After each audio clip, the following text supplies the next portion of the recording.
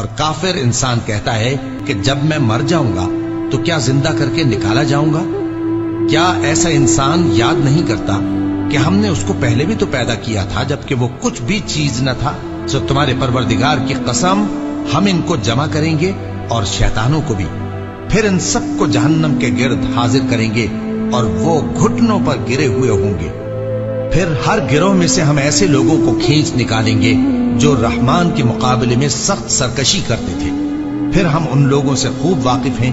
جو اس میں داخل ہونے کے زیادہ لائق ہیں، اور تم میں سے کوئی شخص نہیں مگر اسے اس پر گزرنا ہوگا، یہ تمہارے پروردگار پر لازم ہے، مقرر ہے۔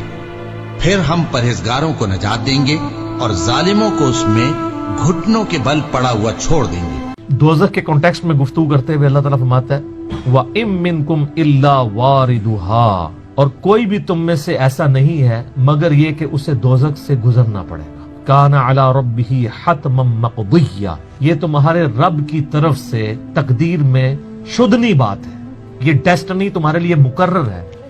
کہ تم سب کو آگ کے اوپر سے گزرنا پڑے گا، چاہے کوئی جن ہے، انسان ہے، وہ پیغمبر ہے، صحابی ہے،